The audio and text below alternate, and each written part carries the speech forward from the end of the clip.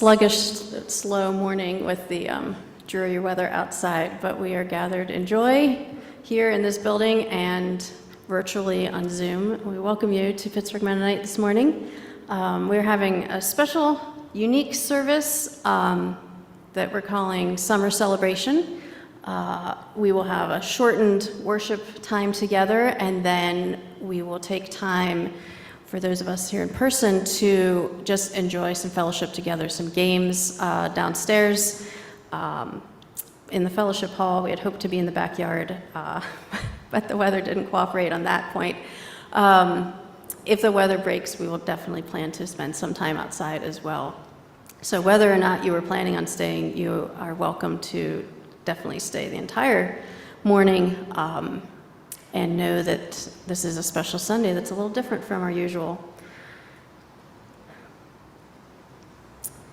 I'd like to share a reflection that a Jewish friend of a friend wrote some time ago, which I really appreciate in thinking of Sunday mornings. So they are pondering Sabbath, but I think the reflections also can apply to Sunday mornings. So let's quiet our spirits as we consider how we come together in this space. Some weeks I approach Shabbos in a panic, wondering how I can stop and rest when there's so much to do.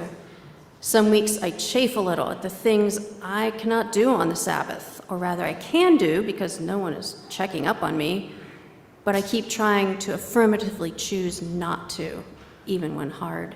Some weeks my children are still screaming and the house is still a mess and we're all exhausted, and I wonder why I work toward observing this day when it would be easier not to. Some weeks Shabbos seems like the last thing on a long, long to-do list. Turn off the computer, prepare the meals, put away the work that is calling to be done, clean, bathe, make ready.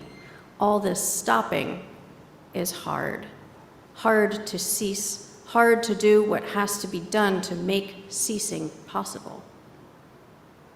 And then some weeks, Shabbos gathers me up and reminds me why I do the work, to make space in time for it. Sometimes I go into Friday waiting every moment for the lighting of candles and the peace to descend, because sometimes it does. Some weeks when I need desperately to reflect, reflection is granted. Some weeks when I need desperately to hold on to my family, I have built in a time and a space for it. Some weeks when I need silence from the storm of noise in the world, it is given. Some weeks when I mostly need to be rather than do, I can. Some weeks when I realize my children's howling can be silenced by simply not having anything else to do but hold them and love them, it is.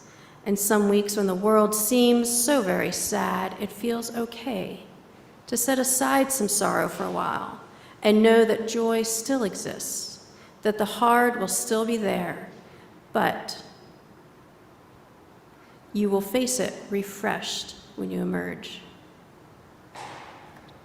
This morning, as we light the peace lamp, I invite you to recognize God's peaceful presence in the midst of the hustle and bustle and the calling to step aside, to pause, to rest, to rejoice.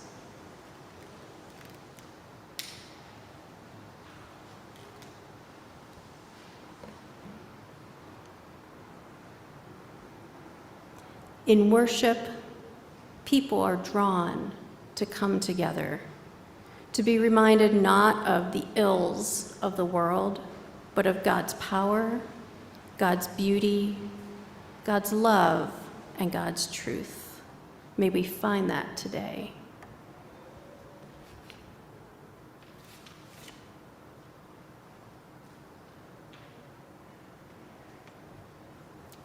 I do have one more thing. In your bulletin, there is a call to worship. I will read the part that says leader, and in bold font is the part that says people. We gather in preparation. We gather in expectation. We gather in celebration.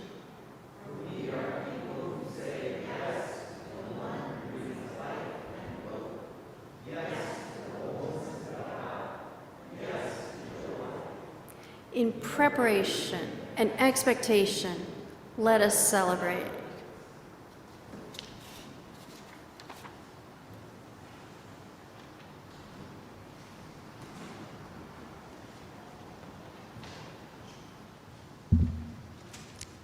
Let's sing together number 30 in Voices Together, Jesus Calls Us. We'll do an instrumental verse first, and then I'll bring you in and we'll sing all 3 verses together. And I invite you to stand.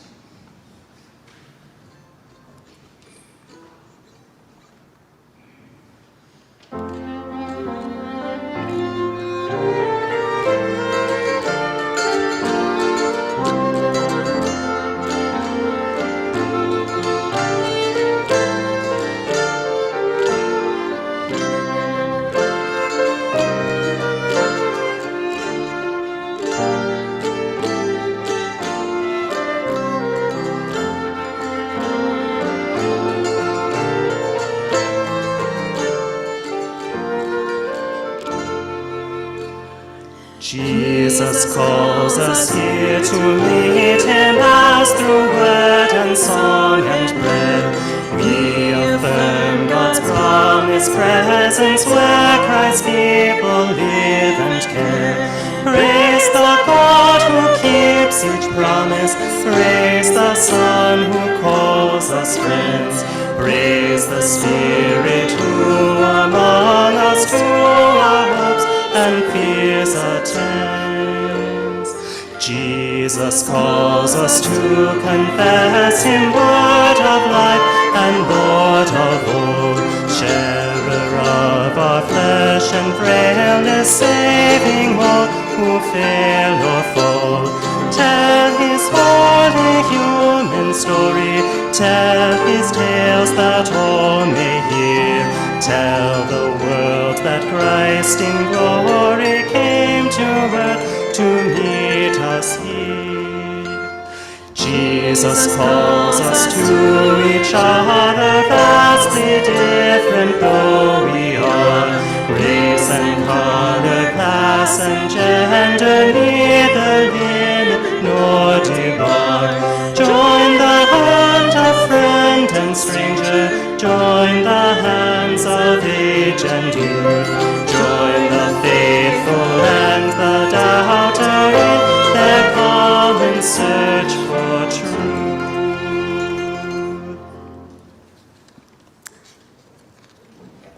And number 428, Praise with Joy the World's Creator.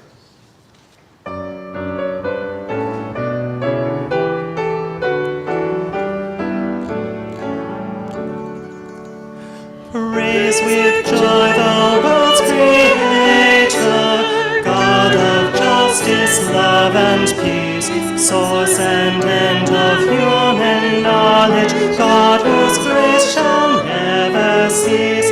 Celebrate the Maker's glory, power to rescue and release.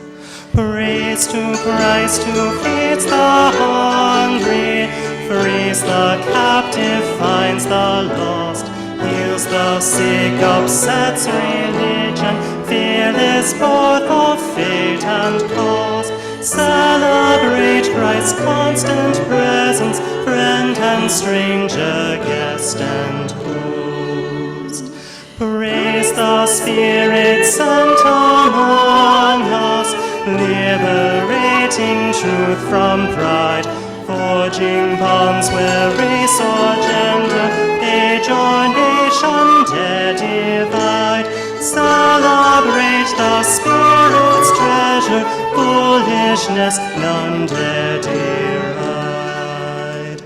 Praise the Maker, Christ and Spirit, one God in community, calling Christians to embody oneness and diversity. This the world shall see reflected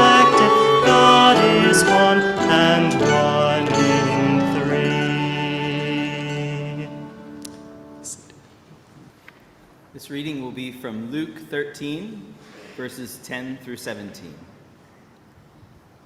On a Sabbath, Jesus was teaching in one of the synagogues, and a woman was there who had been crippled by a spirit for 18 years. She was bent over and could not straighten up at all. When Jesus saw her, he called her forward and said to her, "Woman, you are set free from your infirmity." Then he put his hands on her, and immediately she straightened up and praised God. Indignant because Jesus had healed on the Sabbath, the synagogue leader said to the people, "There are 6 days for work, so come and be healed on those days, not on the Sabbath." The Lord answered him, "You hypocrites! Don't each of you on the Sabbath untie your ox or donkey from the stall and lead it out to give it water? Then should not this woman, a daughter of Abraham, whom Satan has kept bound for 18 long years, be set free on the Sabbath day from what has bound her?" When he said this, all his opponents were humiliated, but the people were delighted with all the wonderful things he was doing. So today, we are going to hear a story. And in order to hear this story as best we can, we need to remember that God's Spirit is with us and gives us light so we can see our way, the beautiful way.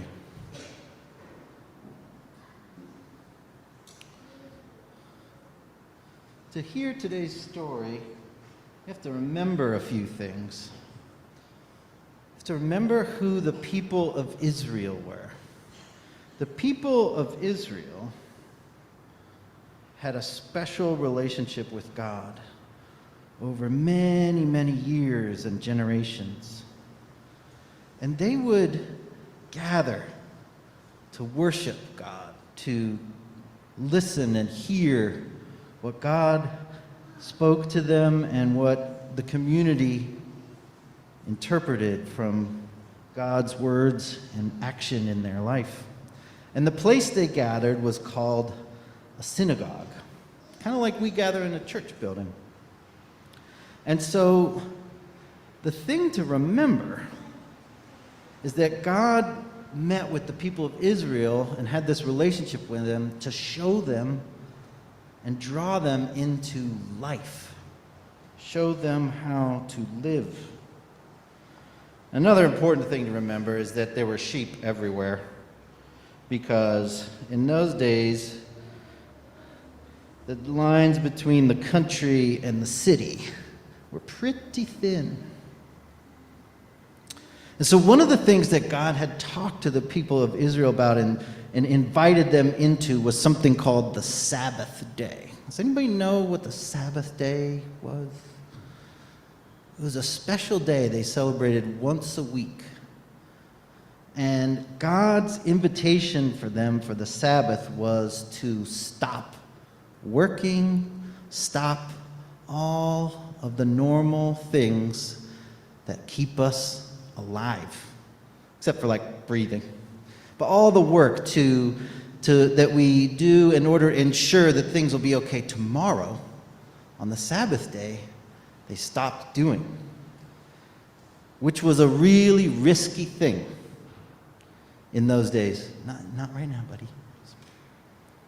Because it was hard. Most people were farmers. They didn't know if there was going to be enough water for the crops to grow the full crop this season. They didn't know if there was going to be enough food. They didn't know if an army was going to come flying through. And so life was very precarious. And yet God taught them this special thing, this special time to gather together in their synagogues and at the temple. And the reason is that God wanted to teach them not to live in fear.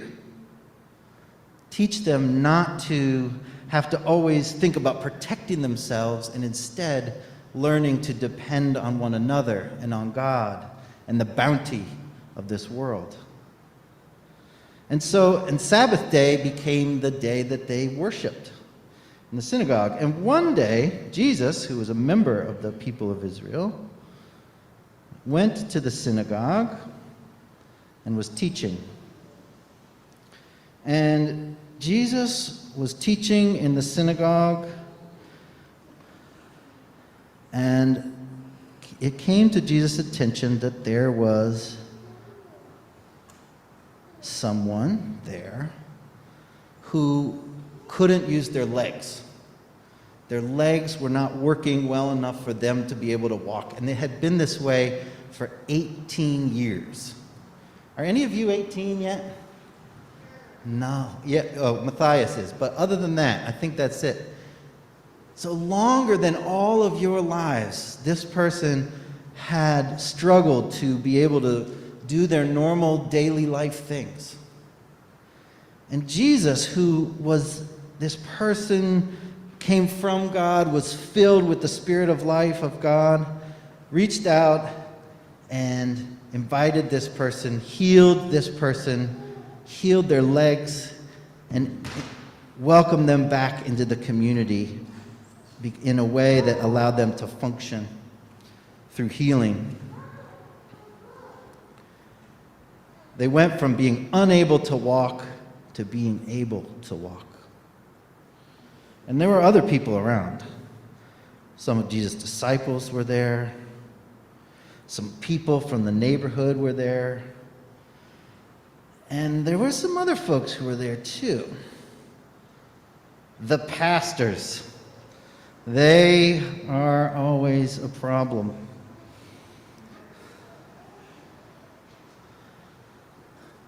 The religious, hey, don't point at me. I'm just kidding.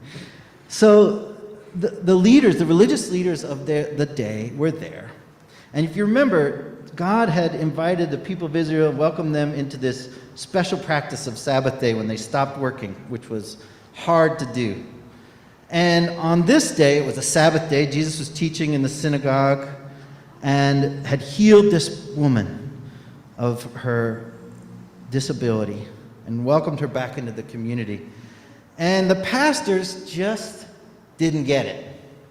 They were so worried about making sure that everyone was doing the right thing and following the rules and locked into the code of what everyone knows we're supposed to do. They were worried about making sure that the building wasn't falling down and that there was Sunday school ready to go and that all those things. And they were so worried they missed it. They missed what the Sabbath and what life with God is about. And so what Jesus was there, they called Jesus rabbi. Does anybody know what rabbi means? And the people of Israel spoke Hebrew, and in the Hebrew language, rabbi means teacher. And so Jesus was teaching and helped them to remember what the Sabbath was really for. Because they said, he said, I healed this person on the Sabbath. I enabled this daughter of Abraham, that's how they thought of themselves and the people of Israel. Their great-great-great-great-great-great-great-grandfather was Abraham. This daughter of Abraham has been healed and set free from her affliction. And so he was reminding the teachers, the pastors, of what life with God is really about. A reconnection in community, the ones who have power, the ones who are being liberated and brought back into the community to celebrate. And so in the end, life with God, we have to remember, is about this communion, this reunion, this reconnection, this celebration of being together and caring for one another. Because when you stop and slow down and stop working, stop the normal routine, that's the cracks that the light of God gets in through so that we can forget all of our worries and remember that God is with us. God will take care of us. God will remind us who we are, destined for liberation and healing and community and peace and justice. So Jesus got in trouble with the pastors. But in the end, Jesus was reminding them of what God is like and what we get to experience together in God. So now, the light of God that we've welcomed with us, my candle went out, but God hasn't gone out. The light of God that came with us to be with us is now smoke going out into the world to draw us all toward life. All right, you can go back to your seats. Our sending song is number 849, We Your People Sing Your Praises. The instrumentalists will play through it once, and then we'll sing it together twice. I invite you to stand as we sing.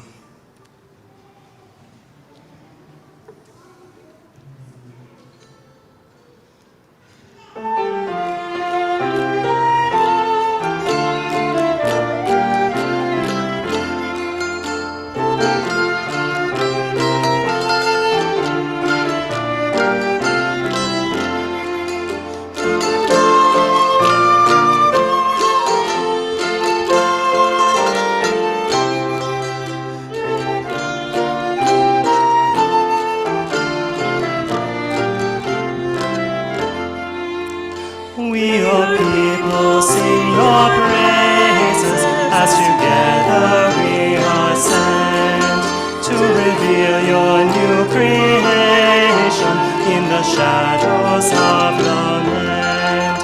Give us courage for the journey, Shepherd Jesus be our guide. Help us lead with hope and passion till all things are reconciled. We your people sing your praises as together we are sent to reveal your new creation in the shadows of the land. Give us courage for the journey, Shepherd Jesus be our guide. Help us lead with hope and passion till all things are reconciled.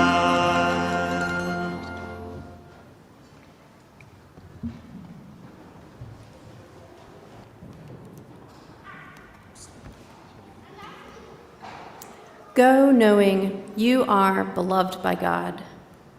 Go praising God for the good news in Jesus Christ. Go living the message of God's grace, peace, and love. Amen. Go in peace. We'll hear a postlude, I believe, and you're welcome to join us for some fun activities after the music.